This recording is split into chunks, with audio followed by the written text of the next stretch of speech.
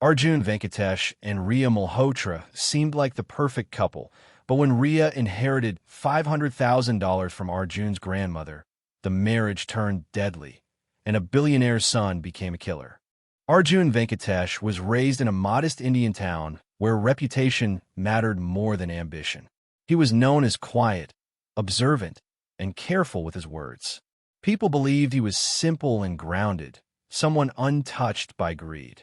When he married Riya Malhotra, the match seemed balanced and respectful. Riya was educated, confident, and hopeful about building a future based on mutual trust. Their wedding was modest, but it marked the beginning of a life-changing shift neither fully understood. Soon after the marriage, Riya relocated to the United States, stepping into a world completely unfamiliar to her. Arjun revealed his true background slowly, introducing her to a family fortune that felt overwhelming rather than comforting. His lineage connected him to a powerful billionaire household, one ruled by strict traditions and silent expectations. Riya found herself surrounded by wealth that came with constant judgment. Every action, habit, and opinion of hers seemed measured against invisible standards. Inside the massive estate, Riya felt watched and evaluated. The luxury felt cold, and the people felt distant. Arjun, once warm and supportive, became reserved and guarded. He spoke less, observed more, and seemed deeply concerned with how his family viewed him. Riya noticed that love had quietly been replaced by calculation. What she believed was a partnership now felt like a test she never agreed to take. Still, Riya remained hopeful. She believed patience would bring understanding and that honesty would protect her. She did not realize that in this household, kindness was mistaken for weakness, and independence was seen as a threat. The marriage that promised security had instead placed her at the center of a dangerous power imbalance, one that would soon turn deadly. Riya's new life unfolded inside a mansion that felt more like a fortress than a home. The estate was controlled by Evelyn Crosswood, Arjun's grandmother, a billionaire whose authority shaped every corner of the family. Her presence was powerful even when she was not in the room. Rules were followed without being spoken, and loyalty was valued more than affection. Riya quickly realized that wealth here was not meant to comfort, but to command. Coming from a middle-class Indian family, Riya struggled to adapt. She was polite and observant, yet her simplicity stood out in a place built on excess. Family members treated her with forced courtesy, but their eyes carried judgment. She sensed that her background made her an outsider, someone tolerated but never truly accepted. Every gathering felt like a silent evaluation of her worth. Evelyn watched Riya closely. Unlike others, she did not dismiss her immediately. She noticed Riya's discipline, her respect for routine, and her refusal to be intimidated by luxury. This attention made Riya uneasy. She could not tell whether it was approval or preparation for something else. Arjun, meanwhile, seemed increasingly tense. He was desperate to prove himself within the family hierarchy and feared being overshadowed by his own wife. Riya tried to build a sense of normalcy. She kept herself busy, avoided conflict, and stayed away from family politics. Yet isolation weighed heavily on her. Phone calls to India became her only comfort. She began to understand that this family did not measure people by character, but by control and usefulness. Unaware of the fragile power dynamics around her, Riya believed endurance was enough. She did not know that her quiet strength was already altering the balance inside the family, setting events in motion that no one would be able to stop. The turning point came quietly, without warning or celebration. Evelyn Crosswood fell ill one winter morning, and the entire mansion shifted into a state of silent alert. Doctors, lawyers, and advisors moved in and out, while the family waited anxiously for decisions that mattered more than emotions. During this period, Evelyn observed everyone closely, measuring loyalty not through words but through behavior. Riya remained respectful and distant, never demanding attention or favors. When Evelyn recovered enough to revise her will, no one expected change. The assumption was clear: wealth would stay within bloodlines. Weeks later, the announcement shattered that belief. Ria was granted an inheritance of $500,000, a personal gift justified by her honesty, restraint, and independence. The decision was deliberate and final. It was Evelyn's way of rewarding character over entitlement. For Ria, the inheritance felt unreal. She saw it as protection, a chance to stand on her own if life turned uncertain. She thought of helping her aging parents in India and building something meaningful without depending on Arjun's family. The money gave her confidence, not power. For Arjun, it meant something entirely different. He felt exposed and diminished. The inheritance suggested that his grandmother trusted Ria more than him. Within the rigid family structure, this was humiliation. He began to see the money not as a gift, but as a threat to his position and authority. The atmosphere inside the mansion changed instantly. Conversations grew cautious. Glances lingered longer. Ria sensed discomfort, but misunderstood its source. She believed the tension would fade with time. She did not realize that a single decision had reshaped alliances, awakened resentment, and planted the idea that control could only be restored through something far darker than anger. After the inheritance, daily life inside the mansion became heavy and uneasy. Arjun started monitoring Ria's movements without openly admitting it. He questioned her plans, her phone calls, and even her spending habits, though she barely touched the money. His behavior shifted from distant to controlling, wrapped in concern that felt unnatural. Ria noticed the change, but tried to rationalize it as stress caused by family pressure. Legal paperwork began appearing around the house. Financial consultants visited frequently, and documents were discussed in hushed tones. Ria was asked to sign forms she did not fully understand, all presented as routine formalities. She trusted Arjun and assumed everything was meant to protect the family's interests. In reality, systems were being put in place to monitor and restrict her financial independence.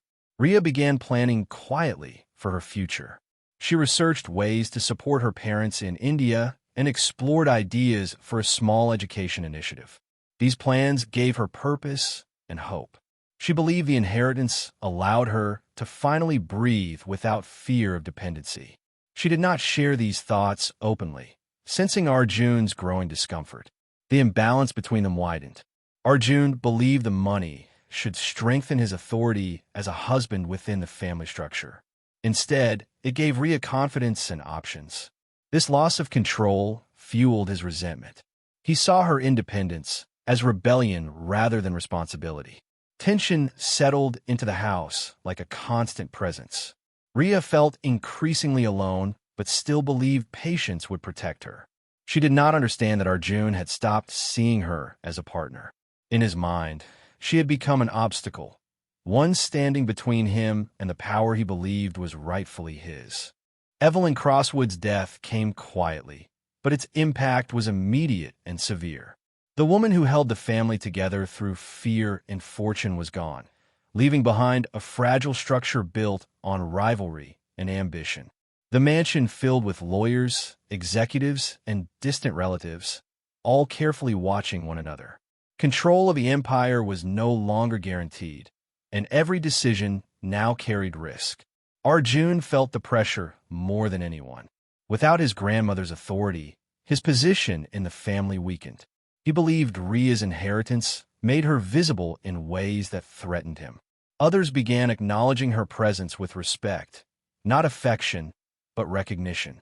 To Arjun, this shift was unbearable. He feared that her financial independence could one day give her a voice in matters that defined power. Ria sensed the growing danger, but could not fully explain it. She felt watched more closely than before and found her access to information reduced. Important conversations stopped when she entered rooms. Invitations disappeared. Her world narrowed to the mansion walls. Still, she remained calm, believing distance was temporary and grief was shaping everyone's behavior. Arjun's actions grew colder and more calculated. He began managing every detail of their shared life, deciding what was necessary and what was not. Ria noticed that even small freedoms were slipping away. The inheritance that once felt like security now felt like a target on her back. The family publicly mourned Evelyn, but privately, power struggles intensified. Greed replaced loyalty. Rhea stood at the center of this silent conflict without choosing to be there. She believed the danger came from outsiders and shifting alliances. She did not yet understand that the greatest threat was far closer, quietly forming plans in the same house she still believed was her home. The night Rhea died was calm and ordinary on the surface. The mansion was unusually quiet, with most family members away handling business matters after Evelyn's death. Rhea spent the evening alone in the guest wing, a space chosen for privacy rather than comfort. She had recently moved there after feeling unwelcome in the main living quarters. Nothing about the night suggested danger, yet every detail later became important. Early the next morning, Rhea was found lifeless at the bottom of a short staircase. Her body position suggested a fall, and the scene appeared simple and tragic.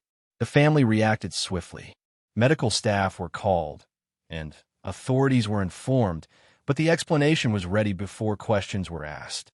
Stress, exhaustion, and grief were cited as possible causes. The narrative of an unfortunate accident spread quickly and smoothly. Arjun appeared controlled and detached.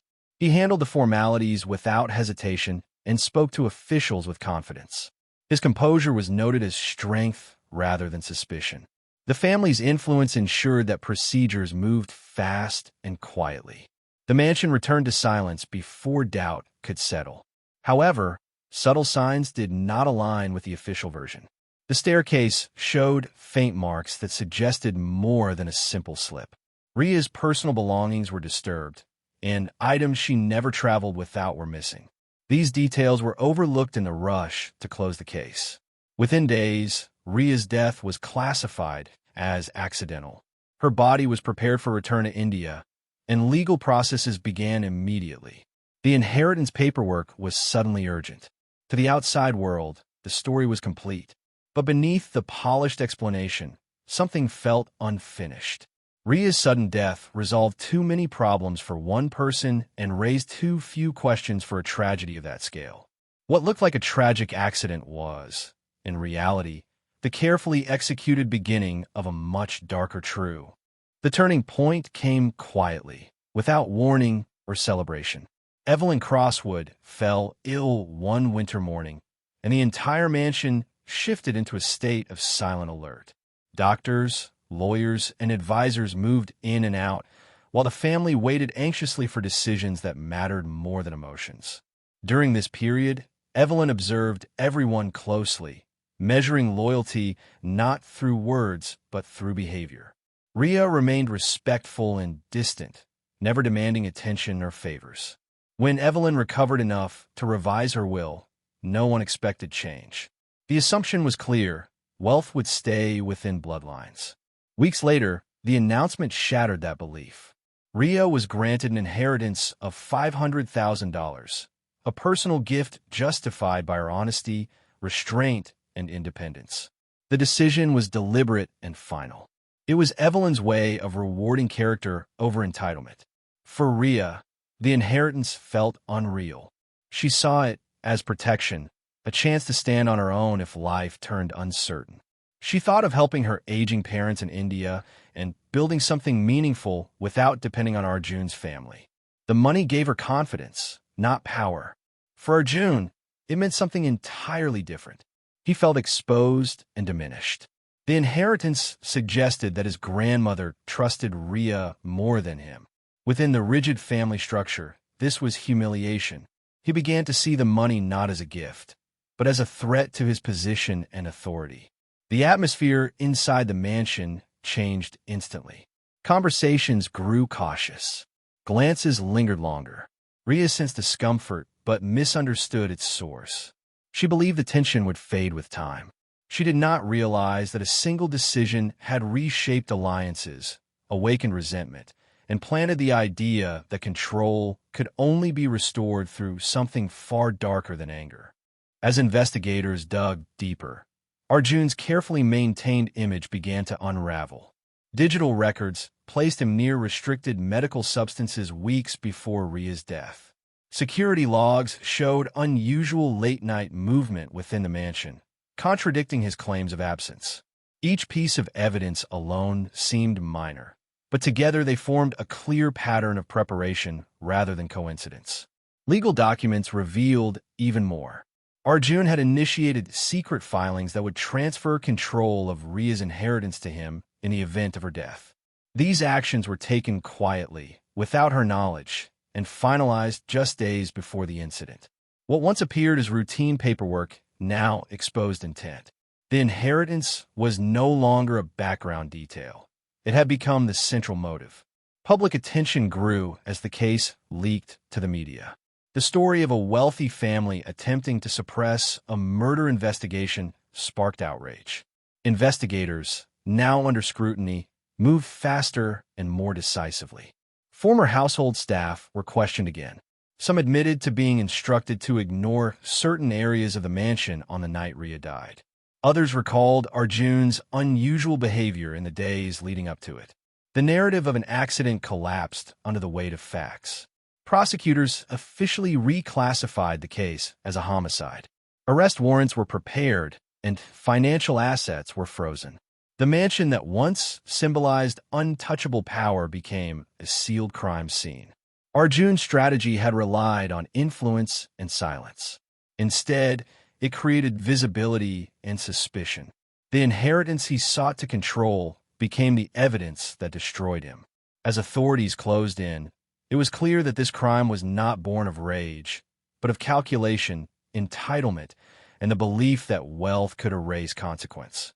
Arjun's arrest sent shockwaves through the business world and the social circles that once protected his family. News outlets focused on the contrast between his privileged life and the crime he was accused of committing. The family empire, long built on control and secrecy, faced immediate consequences. Investors withdrew, partners distanced themselves, and years of carefully crafted reputation collapsed within days. As the investigation continued, more voices emerged. Former employees described a culture of fear and obedience inside the mansion. Decisions were made behind closed doors, and questioning authority was discouraged. These testimonies helped establish a pattern of manipulation that supported the prosecution's case. Arjun was no longer seen as an isolated suspect, but as a product of unchecked power. Ria's inheritance became a key pillar of the trial. Financial experts explained how control over that money would have secured Arjun's position within the family after his grandmother's death. The motive was clear and consistent. What he framed as tradition was revealed as entitlement, and what he claimed was accident was exposed as planning. Ria's family in India finally learned the full truth. The shock of her death turned into grief, mixed with anger, as details surfaced. They cooperated with authorities, providing records and correspondence that showed Ria's growing fear in her final months. Her isolation was no longer invisible. Public sympathy shifted decisively. Ria was remembered not as a victim of circumstance, but as someone whose independence challenged a corrupt system. Arjun, once protected by wealth, stood alone in a courtroom where influence held no value. The case became a symbol of how power can delay justice, but not prevent it. The trial concluded with a verdict that echoed far beyond the courtroom. Arjun Venkatesh was found guilty of murder, financial fraud, and obstruction of justice. The sentence was life imprisonment, ending any remaining illusion of privilege protecting him. The billionaire family that once controlled narratives and outcomes was left publicly exposed, their influence reduced to silence. Ria's inheritance was returned to her parents in India through court order. For them, the money carried no comfort, only proof of the motive that took their daughter's life. They chose to use part of it to fund educational programs in her name, turning greed into something meaningful and lasting. The case reshaped public conversations around power, marriage, and financial control. Experts highlighted how isolation and wealth can be used as tools of domination.